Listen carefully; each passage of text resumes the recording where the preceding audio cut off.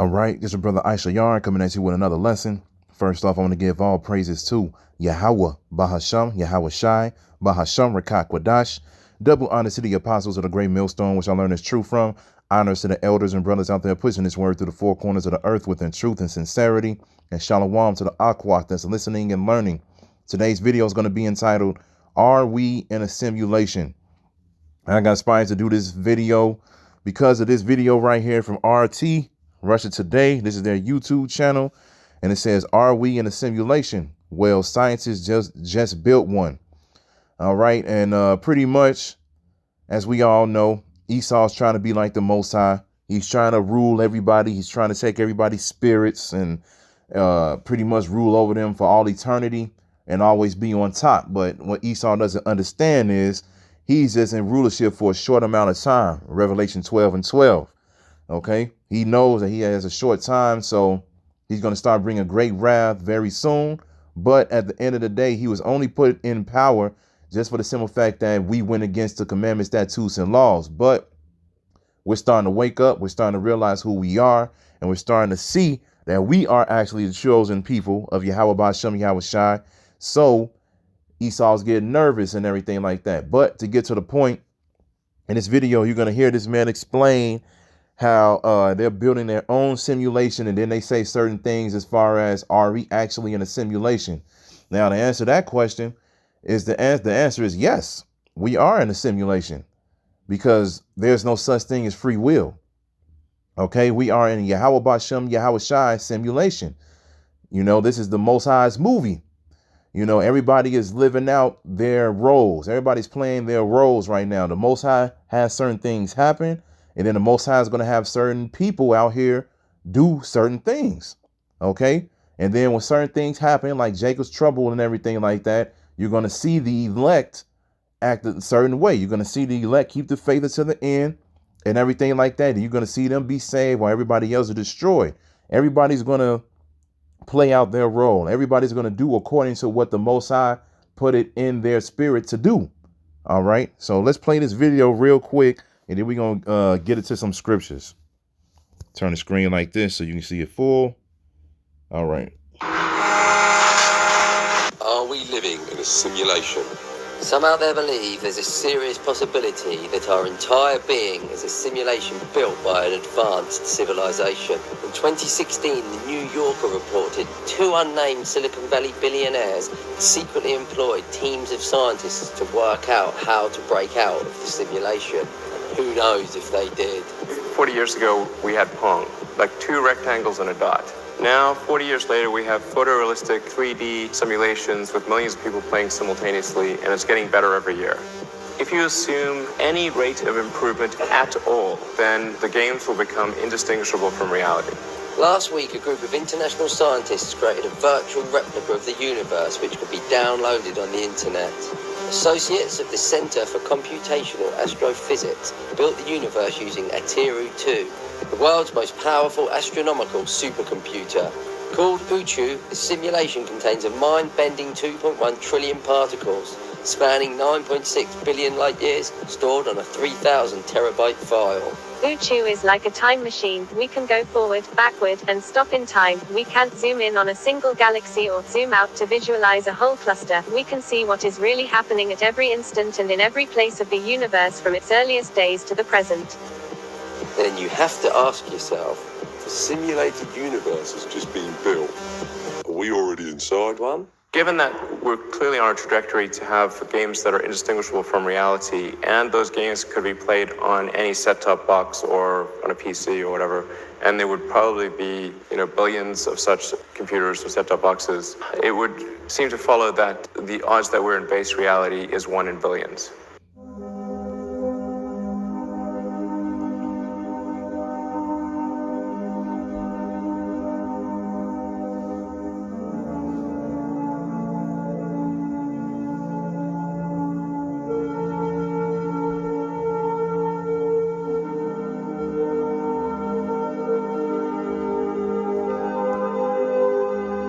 All right, man, we're going to go ahead and cut it off. We don't need to just look at that. But at the end of the day, as you can see, You know, they said everything they had to say just so they can say, are we in a simulation? And like I said, the answer is yes. One of the things that they showed within that video was they was talking about video games. Now, when you play a video game, you know, this is a set world of whatever game that you have. For instance, like they showed Grand Theft Auto. All right, when you play Grand Theft Auto, you already have your characters. They already have their personalities. They already have the AI within that game. You know, you can run into certain individuals and speak with them and interact with them and everything like that. And then you do what? You could play certain missions and do certain things. And then in open world games, you can actually run around and do these different things with different people or different activities, so forth and so on. You know, it's getting to the point where you actually can live a real life, kind of like that video game of The Sims, right? It's a simulation of what's in that game. It's the same thing with the Most High.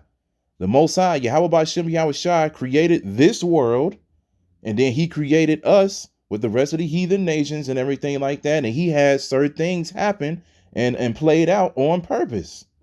Because one of the things is, when you read the book of Genesis, the Most High he stopped us from eating at the tree of life because he didn't want us to automatically go into living a fully and complete righteous life yet. He wanted us to experience wickedness. Okay. Just like Apostle Gabar bring out in his past video. I think he just brought that out I think it was yesterday or earlier today. I forget, but he just bring out a video speaking about that because, in order for us to be perfect judges within the kingdom of heaven, we have to know evil. So the Most High had us go through these different captivities and everything on purpose. There's no such thing as you having free will, man. So this is a simulation. This is the Most High's movie. It's like you read the scriptures. We are reading what we're living right now. We can read what we're living right now. When certain things happen, precepts pop in the back of our head. We like, oh, that's this. Scriptures, the script. We are living the Most High's movie, all right? So let's go and dig into that, man. So let's start off with Proverbs 20 and 24. All right. We're going to get to Proverbs chapter 20, verse 24. And it says, man's goings are of the Lord. How can a man then understand his own way? So at the end of the day, everything that a man has going within his life, the Lord makes you go through those things on purpose. Because if you were to make the decisions and do these certain things, you will understand why certain things are happening to you. But you don't. A lot of people always say that, especially when they get into situations where they're going through terrible times. They'll sit down and just put their hands on their head and they'll be like, why is this happening to me? What is going on? How can a man then understand his own way? So the Most High has you go through certain things to live a certain way on purpose, man. Okay, let's get Job 33 and 14. This is Job chapter 33, verse 14. And it says, for the Most High speaketh once, yea, twice, yet man perceiveth it not. In a dream, in a vision of the night, when deep sleep falleth upon men, and slumberings upon the bed, then he openeth the ears of men, and sealeth their instruction, that he may withdraw man from his purpose, and hide pride from man. So that's definitely one of the things where you can understand that there's no free will. When you go to sleep, the Most High puts certain things within your mind. So then when you wake up the next morning, you execute those actions. You go to whatever that is, you go to work, take care of your kids, eat, take a shower, do these certain things and everything like that. Do the work if you are in the truth, or do wickedness if you're not in the truth. You just do these certain things, man. Okay. This is what the Most High wanted you to do. But then you see in verse 17, it says that he may withdraw man from his purpose and hide pride from man. Like I said, when you start to understand this thing, that's the more you humble yourself, because you realize that the Most High is controlling everything, man. That's why it says it is a fearful thing to fall into the hands of the living power. You start to understand and you start to realize, you be like, okay, look, once again, bring up Apostle Gabar again, because he said it within the same video I was just speaking of. He was just like, look, man, when you sin, you should actually feel very bad about it. And not only should you feel very bad about it, but you should start fearing because you don't know if the Most High is going to look at you for that one thing and put you to the ultimate judgment. Okay? So you should fear every time you do something wrong. Now, we understand that we are in the flesh, and we understand we are under the curses, and we understand that we're in captivity. So we understand that we're going to go off. And that's why we're in this grace period. But that doesn't give you the reason, and that doesn't give you the leeway to go ahead and sin on purpose. We're trying to rehearse the righteous acts. Okay? So at the end of the day, we're supposed to humble ourselves, and then we won't become proud. We won't become boastful, so forth and so on, man. We're supposed to always have it in the back of our minds to fear Yahweh Ba'Shem Yahweh Shai, man. Okay? Let's go to Jeremiah 1 and 4. This is Jeremiah. Hold on.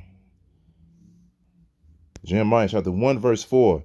And it says, Then the word of the Lord came unto me, saying, Before I formed thee in the belly, I knew thee. And before that camest forth out of the womb, I sanctified thee, and I ordained thee a prophet unto the nations. So this is a scripture where you can understand that even before you were in the belly, man, before the Most High even got you to the point where you're about to be born again on earth, he was going to have you do what? He was going to make you a prophet. Not everybody, just the ones that's out here pushing the word. He was going to make certain men out here prophets. Okay, let's jump from there to 1 Corinthians 14 and 30, so then we can elaborate a little bit more. This is 1 Corinthians chapter 14, verse 30. And it says, If anything be revealed to another that sitteth by, let the first hold his peace. For you may all prophesy one by one, that all may learn and all may be comforted. And the spirits of the prophets are subject to the prophets. For the Most High is not the author of confusion, but of peace, as in all churches of the saints. So as you can see in verse 32, it says, And the spirits of the prophets are subject to the prophets. So if you are a prophet within a past life, you were going to come back a prophet in this life. If you were a drug dealer in the past life, you was going to come back a drug dealer in this life. If you were somebody who was going to be, homeless or an addict or a whore, or whatever the case may be, you're going to come back and be the same thing again within the next life. Okay? Now, because that's another thing, man. There is a such thing as reincarnation. Reincarnation is biblical. All right? Now, we get to the point where Israelites won't have to worry about being reincarnated anymore, because in the kingdom of heaven, we'll live forever, because we're going to be in those new bodies, and we won't have to worry about that. The heathen nations are going to always be reincarnated, but we're going to live forever. So we're coming to the last time where we're going to have to experience that. But right now, reincarnation is a thing. You come back of who you are. Okay. So that's why when the Most High made this world, when the Most High made this world and everything like that, he has certain people play out their roles. Whatever spirit you were in the past life, you're going to come back and do that again in the Most High's Yahweh Ba'Shem Yahweh Shai simulation, no matter what world that is. Okay, he's going to make sure you played out that role, man. All right. So now let's get Romans 8 and 29. All right. We're going to get Romans chapter 8, verse 29. And it says, For whom he did foreknow, he also did predestinate to be conformed to the image of his son, that he might be the firstborn among many brethren. So the Most High was going to have certain men and women and children out here predestinated for salvation. Okay, it is what it is, man. He has the ones that he wanted to save, that he wants to save. And is he unrighteous for doing that? No, this is his movie, man. What the scriptures say, the potter doesn't have say, the clay doesn't have say so over the potter. When you play with toys and everything like that, or like I said, with the video games, you can actually have certain things play out the way that you want it to happen. It's the same way with Yahweh Ba'Shem Yahweh Shai, who you all ignorantly call God and Jesus. If they want certain people to live out certain lives or whatever, he can do that, man. We are his creations. You have no say so on what what you think should be right. If he wanted you to live a wicked life, hey, you're going to live a wicked life, man. If he wanted you to be saved, he's going to save you. It is what it is. But at the end of the day, you just have to come to that understanding You know, and that's the thing that a lot of people don't want to a lot of people don't want to accept that, man. They just want to be like, no, no. They want to feel like they have a chance. They want to feel like you know, what they say matters and everything like that. Man, we nothing, man. We nothing. That's like I said, that's like Most High said, you're not gonna fear me, the one who made the roaring seas, the thunders, and so forth, the lightnings, the beasts of the earth, so forth, and so on. You're not gonna fear me. You got to fear Yahweh Bashem Yahweh Shai, man. Okay? So at the end of the day, let's look up this word predestinate first before I continue. We're going to look at this word predestinate. Let's go Romans 8:29. And it says, let's go here.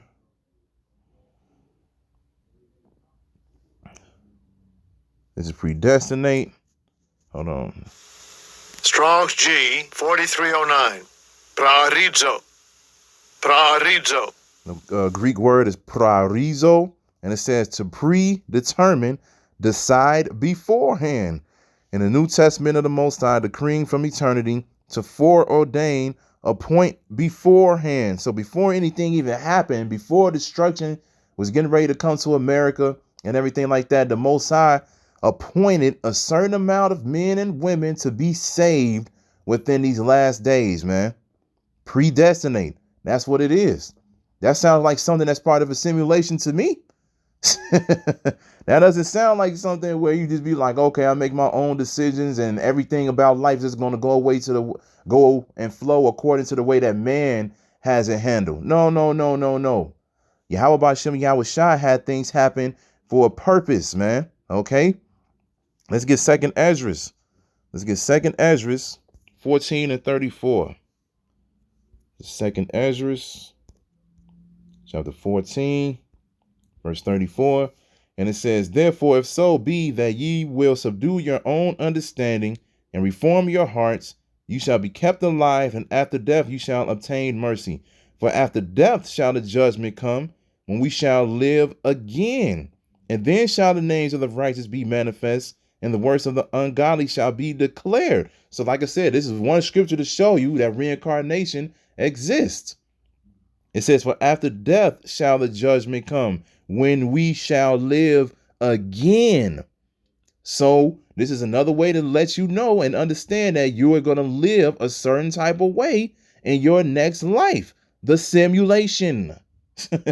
Okay? Whatever you did in your past life, if the Most High felt like you deserved a wicked judgment, you were going to come back and live through wicked times. He was going to make something happen to you to judge you for what you did in your past life. If he judged you according to righteousness, he was going to have you come back and do certain things in your past life to make sure you kept up that righteousness, man. The spirit of a prophet is subject to a prophet. Okay? So it is what it is, man. So are we living in a simulation? Yes. Yes, man. Like I said, we don't have no free will, and Yahweh Bashem Yahweh Shai is making things happen on their terms. This is their creation, man. That's why you should be thankful that the Most High put the Spirit upon you to understand this. This is Isaiah 55:9. It says, start at 8. It says, for my thoughts are not your thoughts, neither are your ways my ways, saith the Lord. For as the heavens are higher than the earth, so are my ways higher than your ways, and my thoughts than your thoughts. You can't come to the understanding of Yahweh Bashem Yahweh Shai, man. Okay, it is what it is. Verse 10, it says, for as the rain cometh down and the snow from heaven, and returneth not thither, but watereth the earth, and maketh it bring forth and bud, that it may give seed to the sower, and bread to the eater, so shall my word be that goeth forth out of my mouth. It shall not return unto me void, but it shall accomplish that which I please. See that? And it shall prosper in the thing whereunto I sent it. Everything that the Most High set up is not going to come back into him void. If he said America was going to be destroyed by thermonuclear destruction, that's exactly what's going to happen. If he said we were going to go into slavery by the way of ships and go into Egypt again and no man was going to save us, that's exactly what was going to happen. He said it was going to happen, so it's going to happen, man. And it's going to accomplish which he please. This is what he wants to happen, man. Okay? So everything that we live through and everything that we go through is not by mistake. It is not by mistake, man. Okay, let's get this last scripture right here, because as we saw in the video and heard in the video, Esau is trying to be like the Most High. He's making his own simulations and everything like that. And he's trying to do that with actual people. This is why one of the reasons why he's trying to get people to take the jab, man, because what's the ingredients that's in that thing would take away your God gene, okay? And then you're pretty much to be subject to Esau. All right. So it is what it is. Let's get Isaiah 14:12. And it says, "How art thou fallen from heaven, O Lucifer, son of the morning? How art thou cut down to the ground, which this weakened the nation?" This is talking about Esau, the so-called white man. He is Lucifer, all right, because he is a bearer of light. He has knowledge. Especially the 13 banking families, they have knowledge of these scriptures. They have knowledge on everything that's going on, man. That's all it's talking about, all right? But they are Satan. They are Satan as well. They have the spirit of Satan within them. They are the devil, which means deceiver, okay?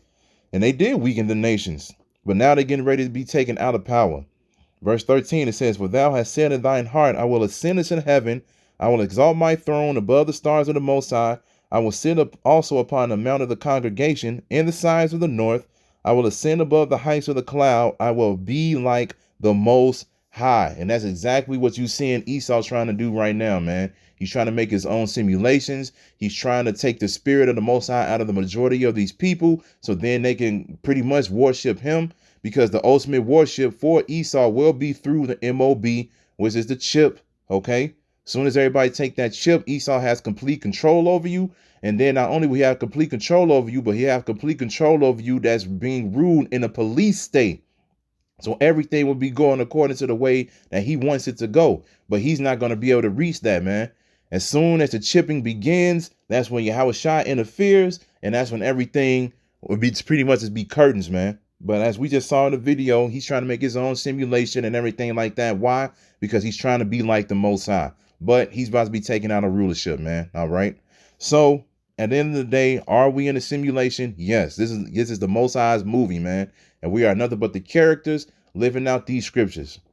It is what it is, man. So if you will understand this, you will definitely pray to Yahweh Ba'Shem Yahushua more. So then you won't fall into his hands, man, as far as that death by pain. All right.